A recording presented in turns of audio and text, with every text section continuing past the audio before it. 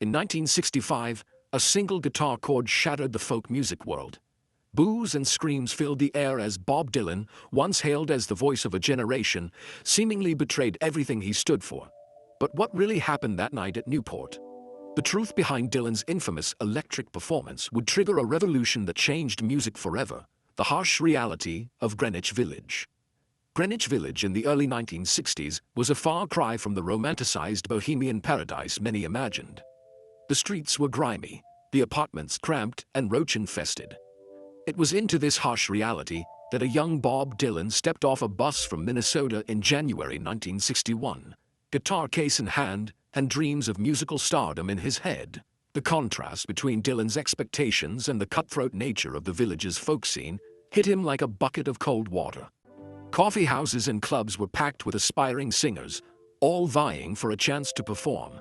Dylan quickly learned that talent alone wasn't enough to secure a spot on stage. He faced rejection after rejection, often being told his voice was too rough or his guitar playing too sloppy. Hunger became Dylan's constant companion. He scraped by on spare change and the occasional free meal from sympathetic locals. Some nights he resorted to sneaking into empty buildings just to have a place to sleep. The competitive atmosphere of the village took its toll on Dylan's confidence. He watched as other performers with smoother voices and more polished acts got the gigs he desperately wanted. Dylan later recalled, "It was like a war out there. You had to fight for every scrap of attention." Despite the setbacks, Dylan persevered. He haunted Washington Square Park, soaking up the sounds of street musicians and picking up new techniques. He spent hours in public libraries, poring over folk music collections and obscure poetry. Slowly, his style began to evolve, incorporating elements of traditional folk with his own unique lyrical flair. Just as Dylan was on the verge of giving up and heading back to Minnesota, a stroke of luck changed everything. Fred Neil, a respected figure in the village folk scene, heard Dylan playing in a tiny coffee house. Impressed by the young singer's raw talent and unusual lyrics, Neil introduced Dylan to the manager of Café Wa. This introduction led to Dylan's first regular gig, playing afternoon sets at the cafe for $90 a week and free espresso. It wasn't fame and fortune, but it was a foothold in the competitive world of Greenwich Village folk music. More importantly, it gave Dylan a platform to refine his craft and develop the unique style that would soon captivate audiences far beyond the cramped confines of the village. As word of Dylan's performances at Café Wa began to spread, his confidence grew. The harsh realities of life in Greenwich Village had tempered his naive dreams, but they had also forged a determined and innovative artist. Dylan's music was evolving rapidly, moving beyond simple imitations of his folk heroes into something entirely new. The village that had initially rejected him was about to become the launching pad for a musical revolution. The weight of Woody Guthrie's shadow. Dylan's first encounter with his musical idol, Woody Guthrie, was far from the triumphant meeting he had imagined. In a sterile hospital room in New Jersey, Dylan sat quietly beside the bed of a man ravaged by Huntington's disease. Guthrie, once a towering figure in folk music, could barely speak or move. The stark reality of his hero's condition left Dylan shaken, yet even more determined to carry on Guthrie's legacy. Guthrie's influence on Dylan's early style was profound. The young singer had spent countless hours studying Guthrie's recordings, mimicking his vocal inflections and guitar technique. Dylan's early performances were often indistinguishable from Guthrie covers, right down to the way he tilted his head while singing. He even adopted Guthrie's rough-hewn working-man persona, despite his middle-class upbringing in Minnesota. The pressure to live up to Guthrie's legacy weighed heavily on Dylan. Audiences and critics alike branded him a Guthrie derivative, a label that both flattered and frustrated the aspiring songwriter. Dylan found himself trapped in a paradox. The very influence that had inspired him to pursue music now threatened to stifle his own creative voice. This pressure affected Dylan's early songwriting attempts. He struggled to break free from the constraints of traditional folk structures and themes. His performances, while passionate, often felt more like homages to Guthrie than expressions of Dylan's own artistic vision. The young singer grappled with a growing realization that simply imitating his hero wouldn't be enough to make the impact he desired. Dylan's struggle to find his own voice became all-consuming. He spent long nights in Greenwich Village apartments, scribbling lyrics and experimenting with melodies that deviated from the Guthrie playbook. The process was often frustrating, with Dylan discarding more songs than he kept. He later described this period as trying to write stuff that was so different, nobody had ever heard anything like it before. As Dylan continued to visit Guthrie in the hospital, a shift began to occur. The more time he spent with his ailing hero, the more Dylan realized that true homage meant carrying the spirit of Guthrie's work forward, not simply recreating it. This realization sparked a breakthrough in Dylan's songwriting. His first original compositions, like Song to Woody and Talk in New York, marked a significant departure from mere imitation. While still rooted in folk traditions, these songs showcased Dylan's unique lyrical style and keen observational skills. Talk in New York, in particular, reflected his own experiences as a newcomer in Greenwich Village, blending humor and social commentary in a way that was distinctly Dylan. As Dylan's confidence in his own voice grew, so did his awareness of the world around him. The folk scene's focus on social and political issues began to seep into his songwriting, setting the stage for the powerful protest anthems that would soon catapult him to fame and cement his place as the reluctant voice of a generation. The burden of political expectations. In 1963, Dylan took the stage at a civil rights benefit concert. What happened next would reveal the deep conflict brewing inside him, one that threatened to derail his career before it truly began. The early 1960s saw the civil rights movement gaining powerful momentum.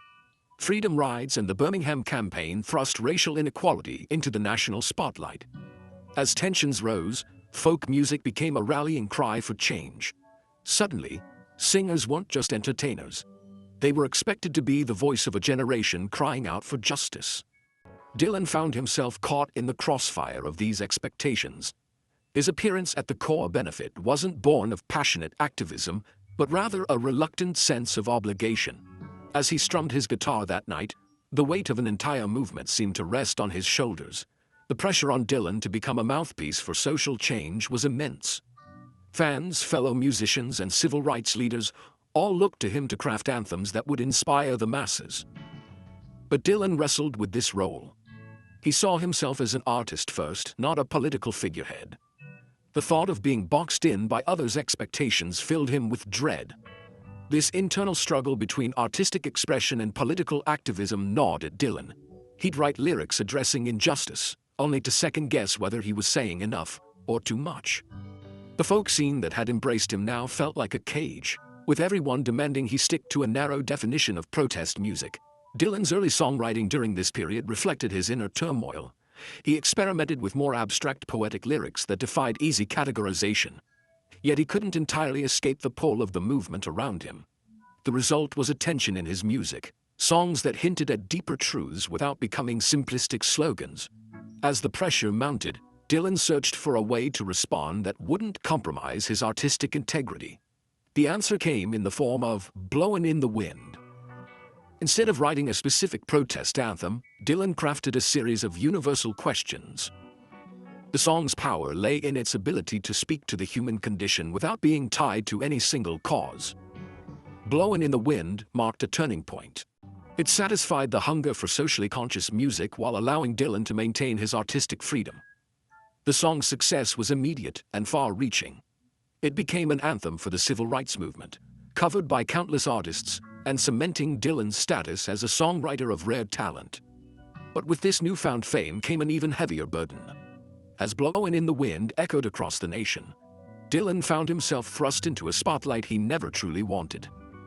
The quiet folk singer from Minnesota was about to become a cultural icon, whether he liked it or not. The strain of sudden fame. Dylan's life turned upside down as "Blowin' in the Wind" took the nation by storm. The song sold over 300,000 copies in its first week, catapulting Dylan from coffeehouse crooner to household name. Suddenly, the scruffy folk singer from Minnesota found himself thrust into a whirlwind of fame he never asked for and wasn't prepared to handle. The changes came fast and furious. Dylan's quiet afternoons in Greenwich Village were replaced by a relentless schedule of interviews, photo shoots, and high-profile performances. Record executives and promoters hounded him for new material, eager to capitalize on his skyrocketing popularity. The pressure to maintain his newfound success weighed heavily on Dylan's shoulders. But it was the label of voice of a generation that troubled Dylan the most. He bristled at the notion of being a spokesman for an entire movement. The expectations placed upon him by fans, critics, and activists felt suffocating. Dylan later remarked, "I define nothing. Not beauty, not patriotism. I take each thing as it is, without prior rules about what it should be." As the demands for new protest songs and political statements grew, Dylan retreated further into himself. He experimented with more abstract surrealist lyrics, frustrating those who wanted clear-cut anthems for social change. The pressure to maintain his image as a folk prophet while staying true to his evolving artistic vision created a constant state of inner turmoil. The breaking point came in December 1963 at the Tom Paine Award ceremony.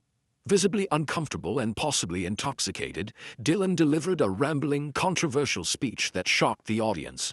He made flippant remarks about the attendees' age, saying, "You people should be at the beach. It's not an old people's world." He even seemed to distance himself from politics altogether, declaring, "There's no black and white, left and right to me anymore." The reaction was swift and harsh. Boos erupted from the crowd. The folk music establishment that had championed Dylan now turned on him, accusing him of betraying their cause. The media pounced, painting Dylan as an ungrateful, arrogant young star who had lost touch with his roots.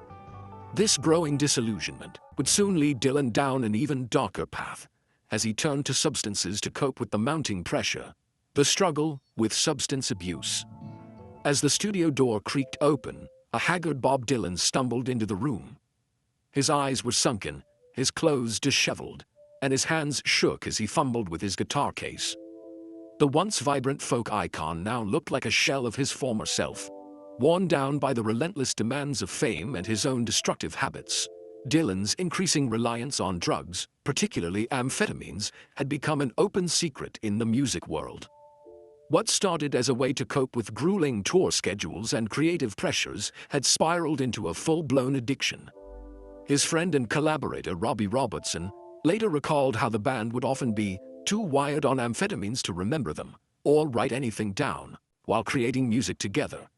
The effects of substance abuse began to seep into every aspect of Dylan's life and work. His performances became erratic, with the singer often appearing disoriented or agitated on stage. The hostility from audiences during his electric shows only exacerbated the problem, pushing Dylan further into a cycle of drug use to numb the pain of rejection. Levon Helm, drummer for the Hawks, expressed his discomfort with the situation. "I'd been raised to believe that music was supposed to make people smile and want to party. But here was all this hostility coming back at us." The tension between Dylan's artistic choices and audience expectations created a pressure cooker environment, with drugs serving as Dylan's escape valve. As Dylan's substance abuse worsened, darker themes began to emerge in his music. Songs like "Just Like a Woman" reflected a growing sense of disillusionment and complexity in relationships.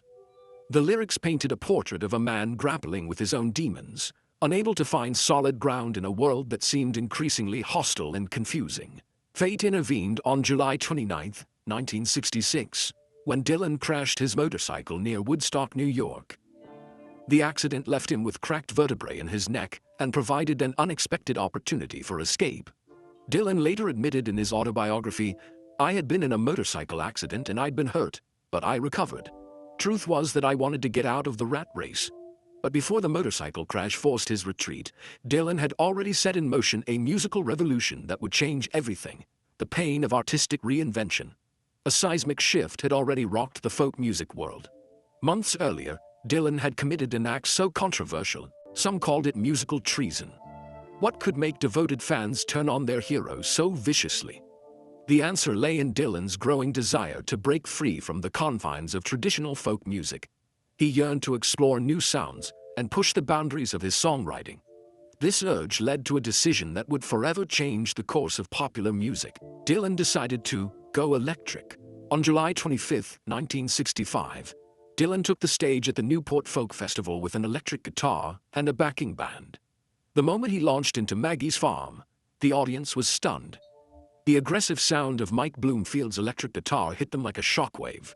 Some cheered, but many others booed loudly, feeling betrayed by their folk hero. The backlash was immediate and fierce. Festival organizer Pete Seeger, a folk purist, reportedly said, "If I had an axe, I'd cut the cable right now." This sentiment echoed throughout the folk community. Critics and fellow musicians alike condemned Dylan's new direction. Theodore Bickle, another folk singer, declared, "You don't whistle in church, you don't play rock and roll at a folk festival." As Dylan continued to perform electric sets, the tension only grew. The hostility reached a boiling point during his 1966 world tour. Night after night, Dylan faced angry audiences who slow clapped and jeered through his electric performances. The atmosphere was so charged that his backing band, the Hawks, feared for their safety. The most infamous moment came during a concert in Manchester, England. As Dylan and the band played their electric set, the hostility in the crowd reached a fever pitch. Suddenly, a voice rang out from the audience calling Dylan Judas. It was a stark illustration of how deeply his fans felt betrayed by his new direction. Despite the backlash, Dylan refused to back down. He responded to the criticism with defiance, pushing his new sound even harder.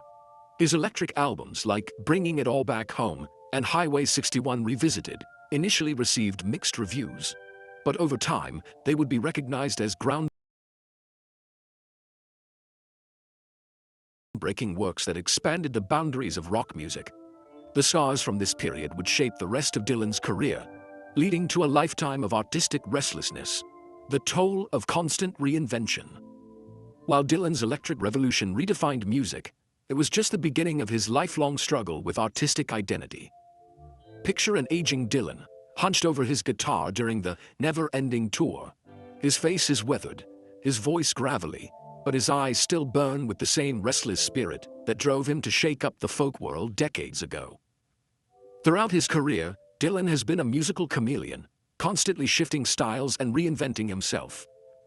From folk to rock, country to gospel, and beyond, he's never been content to stay in one lane. This pattern of change became both his greatest strength and his heaviest burden. Dylan's need for artistic freedom clashed with the expectations placed upon him. He once said, "I was playing a lot of songs I didn't want to play. It's very tiring having other people tell you how much they dig you if you yourself don't dig you." This internal conflict fueled his creativity, but also led to periods of intense self-doubt and frustration. The challenges of maintaining relevance over decades took their toll. Dylan faced criticism and backlash with each new direction, yet he persevered. The never-ending tour, which began in 1988, became a testament to his enduring need to perform and reinterpret his work.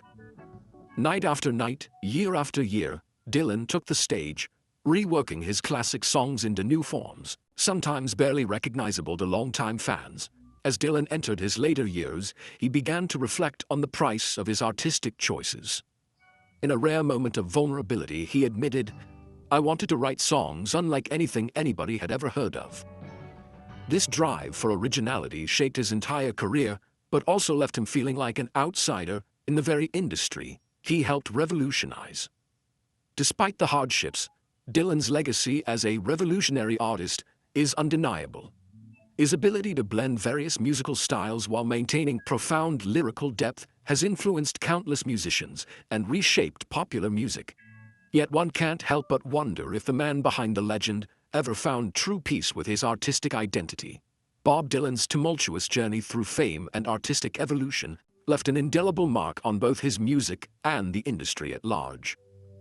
His refusal to be pigeonholed became a double-edged sword, propelling him to creative heights while exacting a heavy personal toll. The constant reinvention that defined his career often left Dylan feeling isolated and misunderstood, even as it cemented his status as a musical pioneer. Dylan's struggle against expectation shaped generations of artists who followed in his footsteps. His willingness to challenge conventions, even at the cost of alienating fans, redefined what it meant to be an authentic artist. Yet this unwavering commitment to his vision came at a steep price, straining relationships and leaving Dylan in a perpetual state of artistic restlessness. In the end, Dylan's legacy is one of both triumph and tragedy. His refusal to compromise his art produced some of the most influential music of the 20th century, but also left him a somewhat solitary figure. As we reflect on Dylan's impact, we're left to wonder, Is the price of true artistic integrity worth the toll it takes on the artist's soul?